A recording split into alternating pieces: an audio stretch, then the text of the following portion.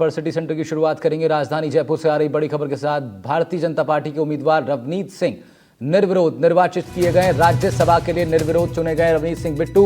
मुख्यमंत्री भजनलाल शर्मा ने भी बधाई दी है। बीजेपी उम्मीदवार थे राज्यसभा के लिए रवनीत सिंह बिट्टू, जो कि निर्विरोध चुने गए हैं। राज्यसभा के लिए चुन लिए गए हैं रवनीत सिंह बिट्टू। अब राज्यसभा सांसद के नाते से उनकी पहचान भी होगी और सीएम भजनलाल शर्मा ने इस पर उनको बधाई भी दी है। राजधानी जयपुर से आपको बड़ी खबर बता रहे हैं, जहां राज्यसभा के लिए भाजपा के उम्मीदवार थे रवनीत सिंह, जो कि अब निर्विरोध चुन लिए गए हैं। राजस्थान के कोटे से राज्यसभा में रवनीत सिंह बिट्टू पहुंचेंगे। सीएम भजनलाल शर्मा ने उनको बधाई भी दी है। जयपुर से बड़ी खबर आपको बता रहे हैं, जहां भारतीय जनता पार्टी के राज्यसभा उम्मीदवार रवनीत सिंह बिट्टू को निर्विरोध निर्वाचित कर लिया गया है। राज्यसभा के सांसद के तौर पर निर्वाचित हुए रवनीत सिंह बिट्टू। केंद्र में मंत्री भी हैं। लुधियाना से वो चुनाव हारे थे, उसके बाद मंत्री बने रहने के लिए किसी एक सदन का हिस्सा उनको बनना था। राज्यसभा के लिए उनको उम्मीदवार बनाया गया और अब निर्विरोध निर्वाचित हुए।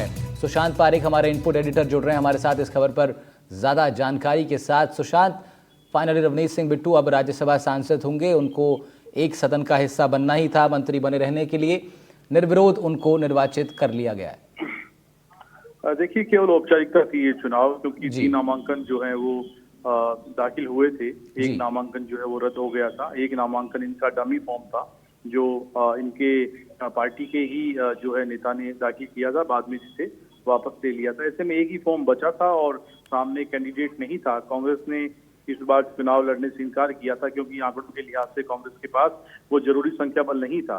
ऐसे में निर्विरोध निर्वाचन तय था और रवनीत सिंह बिट्टू अब राज्यसभा से सांसद होंगे। 10 सीटें राजस्थान में राज्यसभा की, या 5-5 का स्कोर हो गया है जी।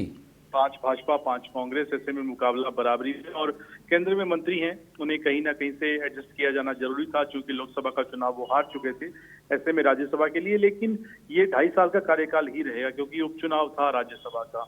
और जो केसी वेणुगोपाल इससे पहले जो राज्यसभा से राजस्थान से सांसद थे, वो लोकसभा का चुनाव लड़े, जीते और बाद में उन्होंने राज्यसभा की सीट छोड़ी। इस वजह से ये सीट खाली हुई, जिसपे अब रवनीत सिंह बिट्टू भाजपा की राज्यसभा से राजस्थान से सांसद होंगे। बिल्कुल सुशांत, शुक्रिया आपका तमाम जानकारी के लिए। बड़ी खबर आपको बता रहे हैं राजधानी जयपुर से, जहां पर रवनीत सिंह बिट्टू राज्यसभा उम्मीदवार बनाए गए थे भाजपा के, निर्विरोध उनको चुन लिया गया है। खबर जयपुर से आ रही है, जहां सर्वर डाउन होने के चलते कुका स्थित एसजीआई सेंटर पर नेट परीक्षा स्थगित कर दी गई है। इसके बाद संबंधित अधिकारियों ने अभ्यर्थियों को परीक्षा के बारे में जानकारी दी और कहा कि पहली शिफ्ट की परीक्षा स्थगित की गई है, जल्द ही अगली तारीख का ऐलान कर दिया जाएगा। तस्वीरें आप देख सकते हैं उस सेंटर से, जहां पर सर्वर डाउन होने के कारण से परीक्षा स्थगित करनी पड़ी। छात्रों को समझाया गया है। मॉर्निंग शिफ्ट, पहला वाला शिफ्ट, सिर्फ इसका पेपर पोस्टपोन हुआ है। ये रीशेड्यूल होगा और ये आपको साइट पर मैसेज मिल जाएगा और जल्दी इसकी डेट आ जाएंगे। ठीक है, अभी ऑफिशियल साइट पर लेटर अपलोड हो रहा है। मुझे बोला गया है कि मैं आपको ये इन्फॉर्म दे दूं। एनटी की तरफ से, सिटी गवर्नमेंट की तरफ से मैं आपको ये इन्फॉर्मेशन दे रहा हूं। बांसवाड़ा से खबर है, जहां 4 दिनों से हो रही अनवरत बारिश के कारण कई कच्चे मकान सहित पुल और सड़कें भी क्षतिग्रस्त हो गई हैं। इसको लेकर जिला कलेक्टर डॉक्टर इंद्रजीत सिंह यादव ने सभी अधिकारियों को निर्देश जारी कर दिए हैं। जिला कलेक्टर ने बारिश के चलते फसलों को भी नुकसान को लेकर संज्ञान लिया है। कहा है कि जानकारी इसको लेकर के जुटाई जाए। ग्राम विकास अधिकारियों को निर्देश दिया गया है कि वो पटवारी के माध्यम से गिरदावरी करवाकर इसकी रिपोर्ट जिला प्रशासन को भेजें। जब कोई किसान अपनी ज़मीन पर खेती करता है, उसकी पूरी डिटेल के साथ डॉक्यूमेंटेशन को गिरदावरी ही कहा जाता है। डॉक्यूमेंटेशन इसलिए कराया जा रहा है ताकि उसके आधार पर प्रभावित परिवारों या किसान को व्यक्तिगत तौर पर राज्य सरकार से सहायता राशि उपलब्ध करवाई जा सके। बांसवाड़ा से ही एक और खबर आ रही है, जहां जयपुर रोड स्थित खाटू श्याम जी मंदिर में बीती रात को भगवान श्री कृष्ण का जन्मोत्सव धूमधाम से मनाने के बाद देर रात चोरों ने श्रद्धालुओं द्वारा चढ़ाए गए चढ़ावे की राशि और अन्य नकदी को चुरा लिया। सूचना पर कोतवाली थाना पुलिस ने मामला दर्ज कर अब आगे की जांच शुरू कर दी है। मंदिर समिति के अध्यक्ष गिरधारी अग्रवाल ने बताया कि बीती रात को मंदिर में जन्माष्टमी के तहत कार्यक्रम का आयोजन हुआ था। देर रात 2:30 बजे तक ये कार्यक्रम चला। इसके बाद सुबह 6 बजे जब मंदिर के सेवक मंदिर पहुंचे तो ताला टूटा हुआ मिला। मंदिर के दान पात्र से लगभग 10,000 की नकदी गायब हुई है। हालांकि सीसीटीवी का डीवीआर के साथ अन्य कीमती सामान भी लेकर चोर फरार हो गए, जिसके कारण कोतवाली थाना पुलिस को अब चोरों को तलाश करने में खासा संघर्ष अब और करना पड़ सकता है। हालांकि रिपोर्ट दर्ज कर ली गई है और पुलिस अब मामले की जांच पड़ताल कर रही है।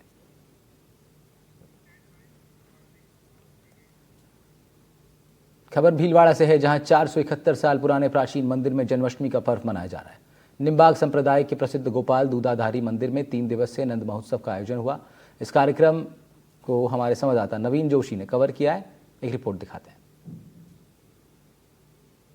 करीब 4 सदी के ज्यादा का समय हो गया इस मंदिर में इसी तरह से अनुष्ठान होते आए हैं और किस तरह से भगवान का महोत्सव जो जन्म महोत्सव है वो मनाने का सिलसिला चल रहा है। यहाँ पर जो महंत जी थे दीनबंधु शरण जी शास्त्री, उनके सानिध्य में जो उन्होंने एक परंपरा से अपने शिष्यों को परंपरा दी कि किस तरह से भगवान के लाड लड़ाने चाहिए, किस तरह से भगवान को मनाना चाहिए और किस तरह से भगवान को जिसको कह सकते हैं अलग अलग उत्सव मनाने, झूलन उत्सव हो गया, सावन महोत्सव हो गया, तीज महोत्सव हो गया, किस तरह से मनाने चाहिए।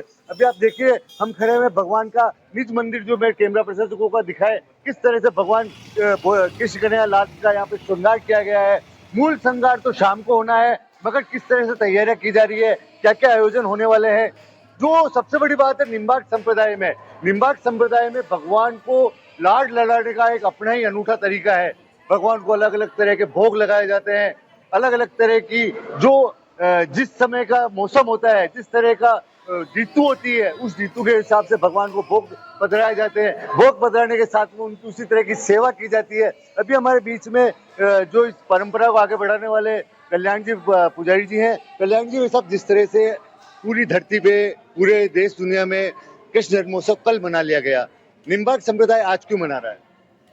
निम्बार्क संप्रदाय के मतानुसार अष्टमी तिथि पूर्व विद्या होने के कारण से, कपाल विधि जिसको बोलते हैं, होने के कारण से जन्माष्टमी महोत्सव जो है हमारे जो जगतगुरु निम्बार्काचार्य श्री श्री जी महाराज, उनके निर्देशानुसार आज नवमी के दिन उद्या तिथि ग्राह्य होती है हमारे निम्बार्क संप्रदाय में और 45 घड़ी मान्य होती है।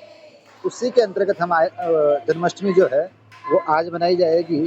ठाकुर जी का रात्रि 12 बजे जन्म की आरती होगी, तत्पश्चात ठाकुर जी का पंचामृत से अभिषेक होगा। पंचामृत से अभिषेक होने के बाद में ठाकुर जी का श्रृंगार होकर के ठाकुर जी पलना में विराजेंगे। पलना की आरती होगी, ठाकुर जी को पंचामृत और पंजीरी का जो है भोग लगेगा और श्रद्धालुओं में वितरित किया जाएगा। ये तो हो गए आज के आयोजन। नंद महोत्सव भी मनाने की एक परंपरा है अपने आप में यहाँ पर निम्बार्क संप्रदाय में। उस नंद महोत्सव में क्या क्या आयोजन होने वाले हैं? हाँ, पूज्य महाराज जी के द्वारा ये मलखम्ब जो लीला है, मटकी फोड़न और बधाई का, ठाकुर जी का जन्म रात्रि को हुआ और दूसरे दिन प्रातःकाल नंद भवन में गोकुल में ठाकुर जी का नंदोत्सव मनाया गया। जब ब्रजवासियों को ज्ञात हुआ कि नंद बाबा के लाला ने जन्म लिया है, तो सभी ब्रजवासी नंद बाबा को बधाई देने के लिए पहुंचे। तो मंदिर प्रांगण में ही सबसे पहले बधाई गान होगा। बधाई गान के पश्चात मटकी फोड़न लीला के पश्चात हमारे परिसर में हनुमान जी महाराज विराज रहे हैं।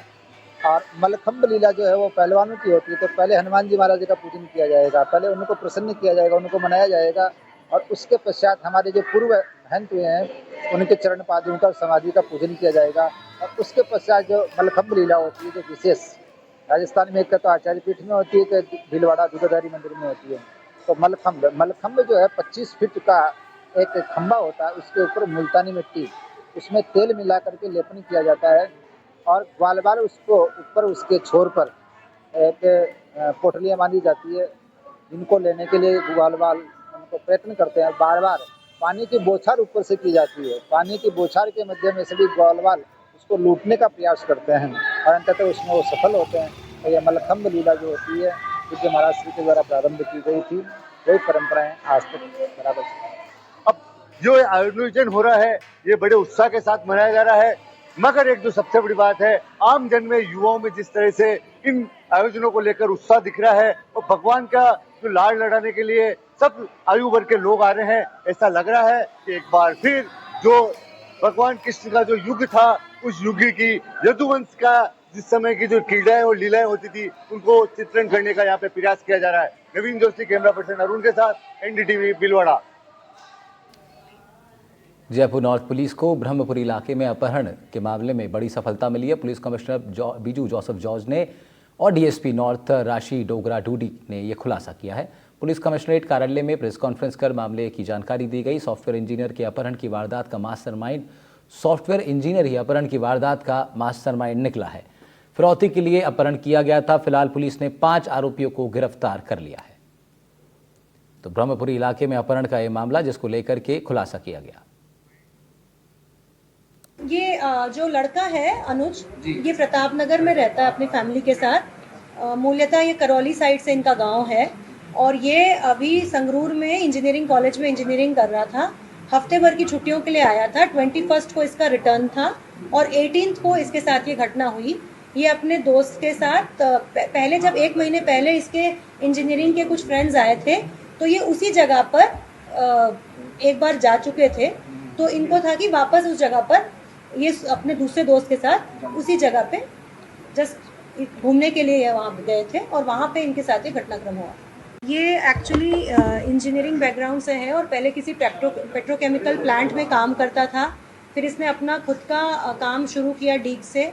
ऑयल मिल थी इसकी कोई, उसमें उसको नुकसान हुआ और उस नुकसान की भरपाई करने के लिए इसने ये प्लान बनाया कि मैं किडनैपिंग करूँगा। और इसके घर पे इसने सीसीटीवी कैमरे भी लगाए हुए थे, क्योंकि जब हम इनसे फुटेज मांगते थे या लड़का सही है कि नहीं हम पूछते थे, तो ये उस सीसीटीवी फुटेज की ही हमें फ़ोटोज़ भेजता था। तो हमें बीच बीच में ऐसा भी लगता था कि बहुत कोई प्रोफेशनल गैंग है कि इन्होंने पहले से सीसीटीवी फुटेज के अंडर इसको रखा हुआ है। तो काफ़ी वॉकी टॉकी और टेक्नोलॉजिकल गैजेट्स भी इसके पास से मिले हैं। खबर अजमेर से आ रही है, जहां एक फॉर्च्यूनर कार और थार और एक बाइक से स्टंटबाजी का मामला सामने आया है। इस मामले में ट्रैफिक पुलिस ने श्रीनगर गांव निवासी रॉबिन को हिरासत में ले लिया है। इस पर आरोप है कि वो फॉर्च्यूनर गाड़ी को 70 की स्पीड पर सड़क पर दौड़ा रहा था। ट्रैफिक पुलिस ने कार चालक को रोकना चाहा तो उसने और तेज अपनी गाड़ी कर दी। इसी दौरान रॉबिन का नियंत्रण नहीं रहा, उसने आगे चल रहे एक टेम्पो वाहन को टक्कर मार दी। गनीमत ये रही कि दोनों ही ड्राइवर्स को चोट नहीं आई, मगर कार और टेम्पो क्षतिग्रस्त हुए। इस दौरान ट्रैफिक पुलिस ने गाड़ी मालिक को रोकने का प्रयास किया, मगर पुलिस को देखकर फिल्मी स्टाइल में उसने अपनी कार और तेज गति से भगाना शुरू कर दिया। ट्रैफिक पुलिस ने दूसरे पुलिसकर्मियों की सहायता से कार को रोका। अब ट्रैफिक पुलिस इस मामले में MV एक्ट सहित अलग अलग धाराओं में कार मालिक के खिलाफ कार्रवाई करने के लिए तैयार है।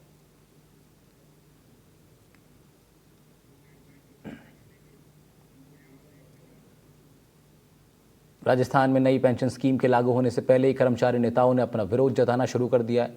कर्मचारी यूनियन के नेताओं का कहना है कि केंद्र सरकार केवल कर्मचारियों का हक मार रही है। पहले OPS, उसके बाद 2004 में NPS और अब UPS, यानी नई पेंशन स्कीम के लागू होने से पहले ही इसको लेकर कर्मचारी नेताओं में भारी विरोध देखा जा रहा है। हमारे संवाददाता ने राजस्थान कर्मचारी वाटर वर्कर्स कर्मचारी यूनियन के प्रदेश अध्यक्ष से बातचीत की है। केंद्र सरकार ने अपनी नई पेंशन स्कीम है वो लागू कर दी है। बीजेपी शासित राज्यों में धीरे धीरे वो अब पेंशन स्कीम है लागू की जा रही है। वहीं अगर मैं राजस्थान की बात करूं तो राजस्थान में ओल्ड पेंशन स्कीम को लेकर भी अभी मुख्यमंत्री भजनलाल शर्मा ने पत्ते नहीं खोले हैं, लेकिन इस नई पेंशन स्कीम के आने से पूर्व ही कई ऐसे कर्मचारियों के जो कह सकते हैं कि धड़े हैं, जो अलग अलग अपनी प्रक्रिया रखते हैं, अपने तर्क रखते हैं नई पेंशन स्कीम को लेकर। उसी को लेकर मैं बात करूँगा आज कर्मचारी यूनियन संघ के नेता हैं उनसे। सर, अभी जिस तरीके से सरकार ने नई पेंशन स्कीम है वो लागू कर दी है केंद्र सरकार ने, क्या कुछ कहेंगे? सरकार ने अभी UPS के नाम से पेंशन योजना चालू की है। हमने अपना विरोध जैसी जारी की, विरोध दर्ज करवाया। जब OPS मिल रही थी 55 साल से, इसमें बदलाव क्यों किया गया? NPS लेके आई, अब फिर एक जुमला फेंक दिया, UPS के नाम से फेंक दिया। OPS में दिक्कत क्या है? सरकार को कर्मचारी का हक है, 60 साल नौकरी करता है कर्मचारी, 58 साल करता है, मिलिट्री में उसकी 40 साल की समथिंग रहती है। तो शुरू से जब भारत आज़ाद हुआ, जब से OPS दी जा रही थी, पुरानी पेंशन स्कीम दी जा रही थी, नई चीज़ें करके क्या जताना चाह रही है सरकार? जो BJP के प्रदेश है वहाँ इसको लागू किया गया है। राजस्थान में पूर्व मुख्यमंत्री अशोक गहलोत साहब ने पुरानी पेंशन स्कीम को लागू किया, उसके बाद 3-4 प्रदेशों में और जारी हुई। तो इनका पार्टियों का झगड़ा है। कर्मचारी इसमें क्यों कर्मचारी की पिसाई क्यों की जा रही? कर्मचारी काम करता है, सरकार का एक पार्ट है, उसकी योजनाओं को जड़ तक ले जाने वाला कर्मचारी ये प्रदेश का चाहे किसी भी क्षेत्र में काम करता हूँ, इस तरीके का धोखा कर्मचारियों के साथ क्यों किया जा रहा है? सरकार को, दिल्ली सेंटर को ये कहना चाहिए था भाई आपकी पुरानी पेंशन जो पुरानी आज़ादी के टाइम से दी जा रही थी उसको बरकरार रखा जाएगा। इसमें कभी एनपीएस कभी यूपीएस इस तरीके का भेदभाव क्यों किया जा रहा है? अगर सरकार को इसमें कोई ना कोई फ़ायदे के लिए सरकार काम करती है, फ़ायदे के चक्कर में इन्होंने यूपीएस योजना लेके आई। सरकार कहती थी ना कि भाई आप हमारे पार्ट हो, हमारे अंग हो। हम सरकार को रेवेन्यू भी इकट्ठी करके देते हैं, तो क्या रेवेन्यू को इकट्ठी करने वाले कर्मचारियों को ओपीएस पेंशन क्यों नहीं दी जाएगी? इसमें हमारा अंशदायी जो काटा जा रहा है यूपीएस के नाम, पहले एनपीएस के नाम से काटा गया था, अब उस शेयर मार्केट से बदल के ये कह दिया भाई सरकार में पैसा जमा होगा। पैसा काट के पेंशन देने का औचित्य क्या है? मेरे तो समझ में ये नहीं आ रहा। कर्मचारी का पैसा काट के 25 साल तक वो पैसा वापस लौटाया जाएगा, कर्मचारी को बेनिफिट क्या हुआ इससे? लेकिन सर, जिस तरीके से देखा जा रहा है, सरकार बोल रही है कि ये कर्मचारियों के हित में है। केंद्र सरकार, आप देखेंगे कि महाराष्ट्र के अंदर है जो कि लागू कर दिया गया है। अब राजस्थान में भी इंतजार किया जा रहा है कि अब ये नई पेंशन स्कीम है वो राजस्थान में लागू की जाए। अभी सरकार धीरे धीरे जो बीजेपी के प्रदेश शासित राज्य है उनमें लागू कर रही है, सेंटर में लागू की है। अभी तो लोगों की समझ में नहीं आया। एक तरीके से इन्होंने प्रेस कॉन्फ्रेंस करके जुमला फेंक दिया, अगर आपको यूपीएस पेंशन दी जाएगी। और हम कह रहे हैं भाई पेंशन जो पूर्व जमाने से मिली आ रही थी, आज़ादी के टाइम से मिली आ रही थी, उसमें छेड़छाड़ क्यों की जा रही है? उसी की तरह से पेंशन का मतलब पेंशन है। पेंशन एक बुढ़ापे का बेटा है। कर्मचारी 60 साल की नौकरी के बाद पेंशन के बेस पे ही वो सरकारी नौकरी में आता है। इससे बढ़िया तो प्राइवेट जॉब कर लेगा ना। सरकार की मंशा ये है सरकारी नौकरी के बजाय कर्मचारी प्राइवेट जॉब में जाए, जिससे सरकार के ऊपर भार कम पड़े।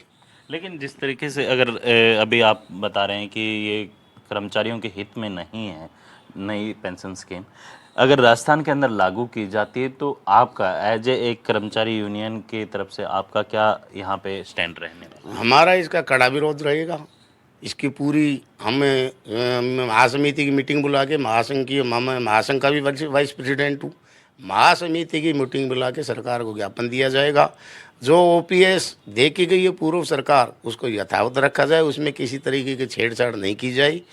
जब तक सरकार चलेगी ओपीएस के नाम से हम शांति से बैठे रहेंगे। सरकार इसमें छेड़छाड़ करेगी, सरकार के लिए आंदोलन के लिए हम तैयार हैं, रोड पे आके अपना प्रदर्शन करेंगे और इस चीज़ को लागू नहीं होने देंगे हम राजस्थान में। बिल्कुल, ये थे राजस्थान वाटर वर्क्स कर्मचारी यूनियन संघ के अध्यक्ष कुलदीप यादव, जिनका साफ तौर पे कहना है कि राजस्थान के अंदर यदि राजस्थान के भजनलाल सरकार केंद्र की नई जो पेंशन स्कीम है वो लागू करती है तो इसका खामियाजा कहीं ना कहीं राजस्थान के भजनलाल सरकार को भुगतना पड़ सकता है। जयपुर से कैमरामैन सुशील कुमार के साथ वीरेंद्र सिंह शेखावत, एनडीटीवी। कांस्टेबल बाबूलाल आत्महत्या मामले में डिप्टी सीएम प्रेमचंद बैरवा ने आज प्रेस कॉन्फ्रेंस की। बैरवा ने कहा कि सीएम के निर्देशों पर परिजनों से बात हुई है। इस मामले की स्पेशल इन्वेस्टिगेशन टीम जांच करेगी। एडीजे दिनेश एमएन के नेतृत्व में ये मामले की जांच होगी। बाबूलाल बैरवा के परिजनों को आर्थिक सहायता देने की भी बात कही गई है। बाबूलाल बैरवा के पुत्र नितिन को अनुकंपा नियुक्ति, एक पुत्री को संविदा पर नौकरी और दूसरी पुत्री के विवाह और शिक्षा की जिम्मेदारी पुलिस विभाग उठाएगा। इन सभी मांगों पर बन चुकी सहमति के बाद अब हेड कांस्टेबल बाबूलाल बैरवा का पोस्टमार्टम किया गया। दिवंगत श्री बाबूलाल बैरवा को पुलिस विभाग की तरफ से स्वैच्छिक आर्थिक सहयोग की प्रक्रिया आज ही प्रारंभ करके 1 माह में पूर्ण कर ली जाएगी। दिवंगत श्री बैरवा के सेवा परिलाभ के लगभग 55 लाख रुपए बनते हैं एवं पेंशन आदि की कार्रवाई तुरंत प्रारंभ कर दी जाएगी। दिवंगत श्री बैरवा के पुत्र तनुज गोटवाल को शीघ्र अनुकंपा नियुक्ति प्रदान की जाएगी। दिवंगत श्री बैरवा की पुत्री को जयपुर में संविदा पर शीघ्र ही नियुक्ति प्रदान की जाएगी। दिवंगत श्री बैरवा की पुत्री साक्षी गोटवाल, जिनकी उम्र अभी 23 वर्ष है, को पुलिस परिवार द्वारा गोद लिया जाएगा तथा इसकी शिक्षा से लेकर विवाह तक की जिम्मेदारी पुलिस विभाग के द्वारा वहन की जाएगी। परिवार द्वारा पार्थिव शरीर का पंचनामा, पोस्टमार्टम एवं दाह संस्कार की कार्रवाई आज ही पूर्ण कर ली जाएगी। श्री अनिल शर्मा एवं श्री जगदीश व्यास आरपीएस को एपीओ किया जाएगा। श्री आशुतोष सिंह को उपनिरीक्षक को निलंबित किया जाएगा और निश्चित रूप से जो भी अधिकारी अगर बाबूलाल बैरवा के जो मृत्यु का कारण रहे हैं और अपराधी हैं, निश्चित रूप से कहीं भी उनको बख्शा नहीं जाएगा और जिनका नाम है अगर वो कहीं भी अपराध में शामिल नहीं है तो उनको दोषी नहीं किया जाएगा। निश्चित रूप से एक पारदर्शी तरीका से सरकार और हमारे पुलिस अधिकारी जो भी है काम करेंगे, निश्चित रूप से बिल्कुल उनको न्याय दिलाने का काम। श्री बाबूलाल बैरवा हेड कांस्टेबल का आत्महत्या प्रकरण का एक अत्यंत दुखद घटना है। परमपिता से प्रार्थना है कि वे दिवंगत श्री बाबूलाल बैरवा की आत्मा को अपने चरणों में स्थान प्रदान करें एवं शोक संतप्त परिजनों को इस दुख को सहन करने की शक्ति प्रदान करें। माननीय मुख्यमंत्री श्री भजनलाल जी के नेतृत्व में हमारी सरकार संवेदनशीलता के साथ लोकहित में कार्य कर रही है। हमारे सभी विधायकों के साथ साथ बैरवा समाज के माननीय श्री विधायक लालाराम जी बैरवा, श्री रामोतार जी बैरवा चाकसू, श्री राधेश्याम जी बैरवा बारा और श्री विक्रम बंसीवाल जी सिकराय से एवं पुलिस आयुक्त जयपुर एवं अन्य पुलिस अधिकारियों ने संवेदनशीलता के साथ दिवंगत के परिजनों के साथ इस प्रकरण में राज्य सरकार के निर्णय लिए हैं कि श्री दिनेश एमएन अतिरिक्त पुलिस महानिदेशक के नेतृत्व में एक एसआईटी का गठन कर प्रकरण की जांच करवाकर कार्रवाई की जाएगी। दौसा के बांदी खुई में एसडीएम ऑफिस के बाहर कांग्रेस कार्यकर्ताओं ने भाजपा प्रदेश प्रभारी राधा मोहन अग्रवाल का पुतला जलाकर विरोध जताया। एसडीएम राम सिंह राजावत को ज्ञापन भी सौंपा गया। बीजेपी प्रदेश प्रभारी के द्वारा दिए गए बयानों को लेकर माफी मांगने की बात कही गई है। आपको बता दें कि बीजेपी प्रदेश प्रभारी राधा मोहन दास अग्रवाल द्वारा सचिन पायलट के खिलाफ टिप्पणी की गई थी। इसी बात पर कांग्रेस कार्यकर्ताओं में नाराजगी है और उसी नाराजगी को जताते हुए राज्यपाल से भी शिकायत की गई है।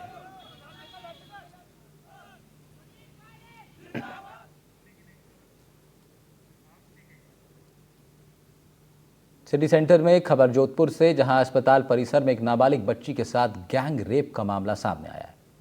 अस्पताल के कॉटेज वार्ड के पीछे गैंग रेप की वारदात को अंजाम दिया गया। मामला सामने आने के बाद स्थानीय पुलिस ने जांच शुरू कर दी है। पुलिस अधिकारी एफएसएल टीम के साथ मौके पर पहुंचे हैं और जांच पड़ताल की जा रही है। जोधपुर लगातार शर्मसार हो रहा है। जिस तरह की घटनाएं बढ़ रही है उसको लेकर कह सकते हैं कि जोधपुर के अंदर जो वारदातें हो रही है उसको पुलिस के ऊपर बड़े सवालिया निशान लग रहे हैं। बात करें जोधपुर के अस्पताल की, जहां पर आप देखिए नाबालिग बच्ची के साथ पिछले 10 दिन की अगर बात की जाए तो 3 बच्चों के साथ इस तरह का दुष्कर्म के मामले सामने आए। अभी फिलहाल क्या हुआ है ये जानने के लिए हमारे साथ है एसीपी अनिल कुमार जी। सर, किस तरह की घटना सामने आई है और क्या करना है? सर, ये कल सूरसागर एसएचओ ने बताया था कि इस प्रकार की कोई घटना हुई है, तो मैं थाने पहुंचा और वहां पहुंचने के बाद में तुरंत जो कार्रवाई एसओपी के तहत की जानी होती है, मेडिकल करवाया जाना, 161 के बयान वगैरह जो होती है वो फटाफट करवाया जाए। और आज सुबह एफएसएल की टीम को बुला करके मौका नक्शा उनके द्वारा भी करवाया गया, हमने भी किया है। और एफएसएल की टीम के अधिकारियों ने जो निर्देशन किया है, मार्गदर्शन किया है कि ये आप कलेक्ट कीजिए और जब्त करके उनको हम अभी जब्त करके लेके जा रहे हैं, थाने में जमा कराएंगे। आगे की कार्रवाई जारी है। सर, कब की ये घटना, दुराचार कब हुआ था और कौन लोग थे? क्या आइडेंटिफाई हुआ है या अभी कुछ भी नहीं है?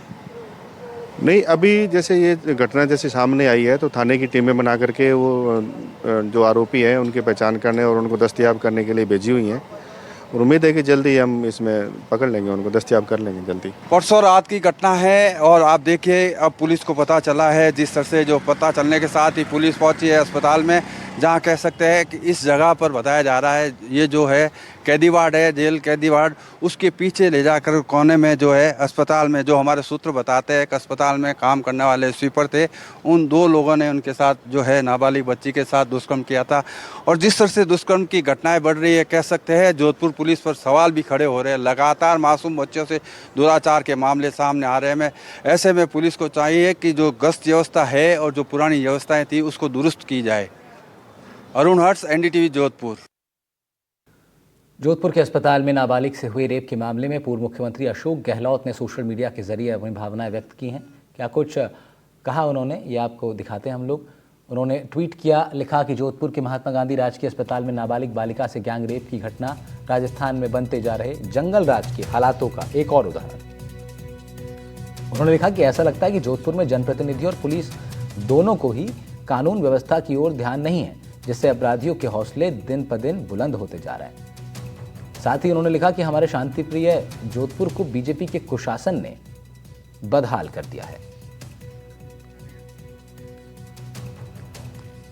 तो सोशल मीडिया प्लेटफॉर्म एक्स के जरिए पूर्व मुख्यमंत्री अशोक गहलोत ने जोधपुर में हुए नाबालिग से रेप के प्रकरण को लेकर के अपनी बात रखी। उन्होंने लिखा कि कानून का राज खत्म हो रहा है और जोधपुर जैसे शांतिप्रिय स्थान पर जनप्रतिनिधि और पुलिस दोनों को ही कानून का ख्याल नहीं है, जिस कारण से अपराधियों के हौसले बुलंद होते जा रहे हैं और इस तरह की घटनाएं सामने आ रही हैं। पूर्व मुख्यमंत्री अशोक गहलोत के साथ साथ हनुमान बेनीवाल आरएलपी प्रमुख हैं, नागौर से सांसद हैं, लिखते हैं कि जोधपुर के महात्मा गांधी अस्पताल में जो घटना हुई है उनके संज्ञान में आई और जोधपुर के महात्मा गांधी अस्पताल में एक नाबालिग के साथ रेप की घटना संज्ञान में आई है और इसी को लेकर उन्होंने